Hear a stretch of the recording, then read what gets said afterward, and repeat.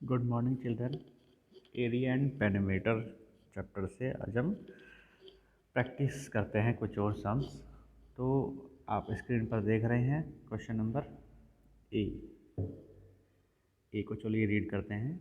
Arbaaz plans to tile his kitchen floor with green square tiles. Arbaaz ने अपनी kitchen floor को green tile से cover करना चाहा, प्लान कर रहा है वो, जैसे कि यहाँ पिक्चर में दिखा रहा है। Each side of the tile is 10 centimetre, और टाइल्स की जो साइड है वो 10 सेंटीमीटर है। स्क्वायर है तो लेंथ भी 10 है और ब्रेथ भी 10 है, विड्थ भी 10 है, ठीक है ना। तो his kitchen is 220 centimetre in length and breadth और 180 सेंटीमीटर। और जो किचन है वो उसका 220 सेंटीमीटर लंबाई में है, लेंथ है, और 180 उसकी क्या है, ब्रेथ या विड्थ। तो हमें बताना है कितने टाइल्स लग जाएंगी। तो बच्चों, जब हम लाइव क्लास में डिस्कस कर रहे थे ये चीज़, एरिया कैसे फाइंड करते हैं, तो उसमें मैंने आपको छोटे छोटे स्क्वायर करके दिखाए थे, तो उसी को हम यहाँ यूज़ कर सकते हैं। अब ये 10 का है एक टाइल, है ना। तो जब हम इसमें नेक्स्ट टाइल लगाएंगे तो आगे फिर एक और टाइल्स यहाँ पर लगेगी 10 साइड की। तो कितना कवर हो गया, 10 तो फर्स्ट वाले ने कवर कर लिया, 10 दूसरी वाले ने कवर कर लिया, फिर तीसरे वाली 10 कवर करेगी, नहीं 3 टाइल्स 30 सेंटीमीटर कवर कर लेगी। सिमिलरली ये 220 सेंटीमीटर लॉन्ग है, तो इसमें कितनी टाइल्स आएंगी लाइन में, इस तरह से हम लगाते जाएंगे तो 22 टाइल्स ऐसे लग जाएंगी। और इधर से विड्थ साइड से 18 टाइल्स लगेंगी, क्योंकि एक 10 करती है, 180 को कवर करने के लिए 18 लगेगी। इस तरह से हम कैलकुलेट काउंट भी कर सकते हैं, लेकिन हमें अब काउंट नहीं करना है, क्योंकि हम कब तक काउंट करेंगे, अब हमें मेथड लगाने हैं। तो सिंपल सा मेथड ये है टाइल्स कैलकुलेट करने के लिए।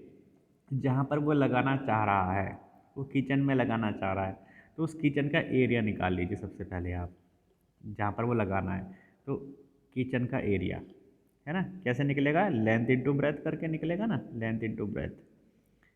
220 इंटू 180, ये किचन का एरिया आ गया। और टाइल्स का एरिया भी निकाल लीजिए आप, टाइल का, है ना, ये किचन का एरिया था, इसको ये लिख दिया 80 टाइल्स के एरिया को। तो टाइल्स का एरिया तो स्क्वायर है, 10 इंटू 10 हो जाएगा, ठीक है ना। हमारे पास जहाँ पर हमें अप्लाई करना है, किचन में लगाना है, उसका भी एरिया है, एक टाइल का एरिया भी है। तो टाइल्स निकालने के लिए number of tiles is equal to होता है किचन का एरिया, जहाँ पर लगाना है बड़ा एरिया वो तो आएगा ऊपर, उसको डिवाइड कर देना है एक टाइल के एरिया से, ठीक है ना। इसको डिवाइड करेंगे तो हमारा आंसर आ जाएगा। तो ये इसका मेथड है फाइंड करने का। हम कैसे फाइंड करेंगे नंबर ऑफ टाइल्स, जहाँ पर वो लगानी है बड़े एरिया में, किचन में लगानी है, किचन का एरिया को एक टाइल के एरिया से डिवाइड कर देना है, तो नंबर ऑफ टाइल्स आ जाएंगी, ठीक है ना। चलिए इसको हम आगे सोल्व करेंगे। अभी हम बी वाले को भी समझ लेते हैं यहाँ पर, क्योंकि अगर समझ आ गया तो आप खुद भी कर सकते हैं। बी में क्या रहा है, the fencing of a square garden is 20 metre in length. अब फेंसिंग, ये जो फेंसिंग वर्ड है, एक स्क्वायर गार्डन है स्क्वायर शेप का, उसकी फेंसिंग, फेंसिंग मतलब चारों तरफ से उसको बाउंड्री बना दी। अब जो चारों तरफ से बाउंड्री होती है वो तो पेरीमीटर ही तो होता है। तो फेंसिंग हो, बाउंड्री हो, पेरीमीटर हो, एक ही बात है। इसका मतलब ये पेरीमीटर गिवन है हमें, और हमें क्या फाइंड करना है, वन साइड फाइंड करनी है।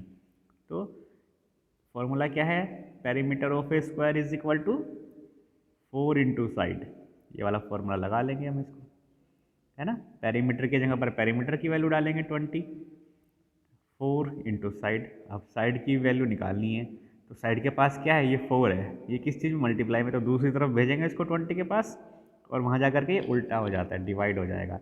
तो 20 को 4 से डिवाइड करेंगे, कितना आएगा, 5 मीटर की साइड हो गई, ठीक है ना। ये ऐसे निकल गया। चलिए सी वाले को भी समझ लेते हैं, अभी हम समझ रहे हैं यहाँ पर, ठीक है ना। चलिए C, a thin wire 20 centimetre long is form into rectangle. एक हमारे पास 20 सेंटीमीटर लंबा एक वायर था, उसको हमने रेक्टेंगल बना दिया ऐसे मोड़ करके, ये बन गया। देखिए पूरा तार जो है 20 सेंटीमीटर का था, इसको मोड़ करके हमने रेक्टेंगल बना दिया। इसका मतलब जो पूरी बाउंड्री है, ये लाइन बाउंड्री जो है ये कितना है, 20 है, यानी पेरीमीटर गिवन है 20 सेंटीमीटर। और इसका हमको विड्थ मालूम है, है ना। इसका विड्थ कितना की गिवन है 4, लेंथ बताना है। तो रेक्टेंगल का पेरीमीटर का फॉर्मूला क्या होता है, perimeter of rectangle is equal to 2 into L plus B. इसको यूज़ करेंगे और अपना आंसर फाइंड करेंगे। चलिए अब सॉल्यूशन की तरफ जाते हैं, है ना। आपको समझ आ गए होंगे क्वेश्चन। चलिए इधर देखिए, ये मैंने यहाँ पर आपके लिए किया है। तो जैसे कि मैंने फर्स्ट क्वेश्चन में बताया था, सबसे पहले हम एरिया ऑफ किचन फ्लोर निकालेंगे। तो किचन का फ्लोर क्या है, रेक्टेंगल, उसका एरिया क्या होता है एल इंटू बी। फॉर्मूला लगाया एल इंटू बी। एल कितना था, लेंथ कितना था किचन का 220 सेंटीमीटर, ब्रेथ कितना था 180 सेंटीमीटर, है ना। ये हमारा आ गया किचन का एरिया।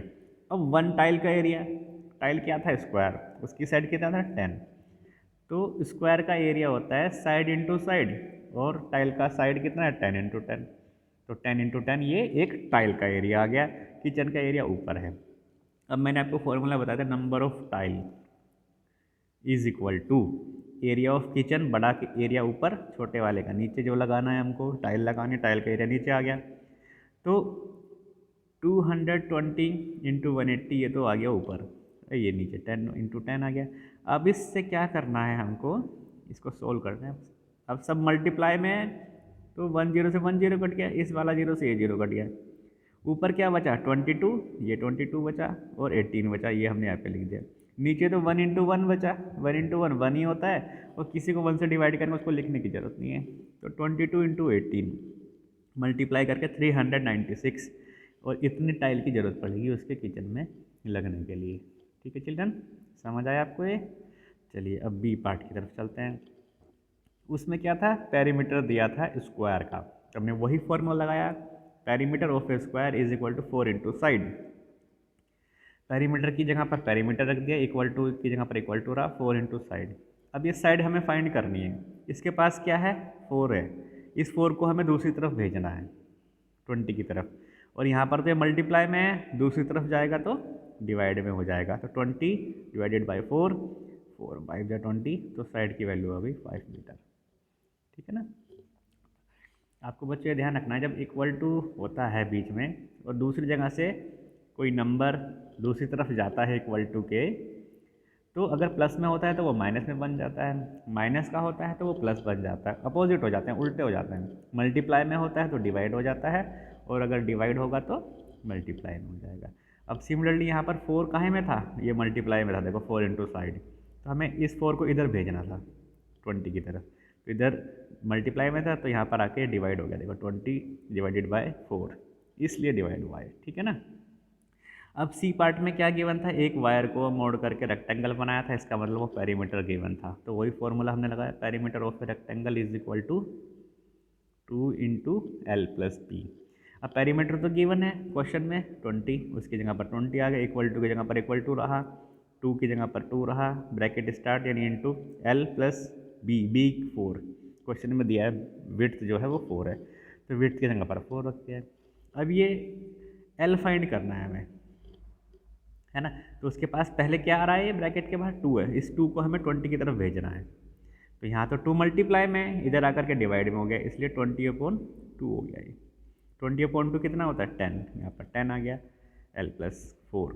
अब देखिए हमें l की वैल्यू फाइंड करनी है, तो इसके पास एक्स्ट्रा और क्या है 4 है, इस 4 को अब हम इधर भेजेंगे इक्वल टू के इधर 10 की तरफ। तो यहाँ पर 4 क्या है, प्लस का है ना, प्लस 4 लिखा है ना। ये देखिए यहाँ पर l प्लस 4 दूसरी तरफ जाएगा तो ये माइनस का बन जाएगा, इसलिए हमने 10 minus 4 into is equal to L हो गया, 10 minus 4 is equal to L. अब 10 माइनस 4 की वैल्यू तो आपको पता है 6 होगा, तो l इज इक्वल टू 6, इसका मतलब लेंथ जो है वो 6 सेंटीमीटर हो गया। ठीक है चिल्ड्रन, इसको अपनी नोटबुक में करना है आपको। Thank you children.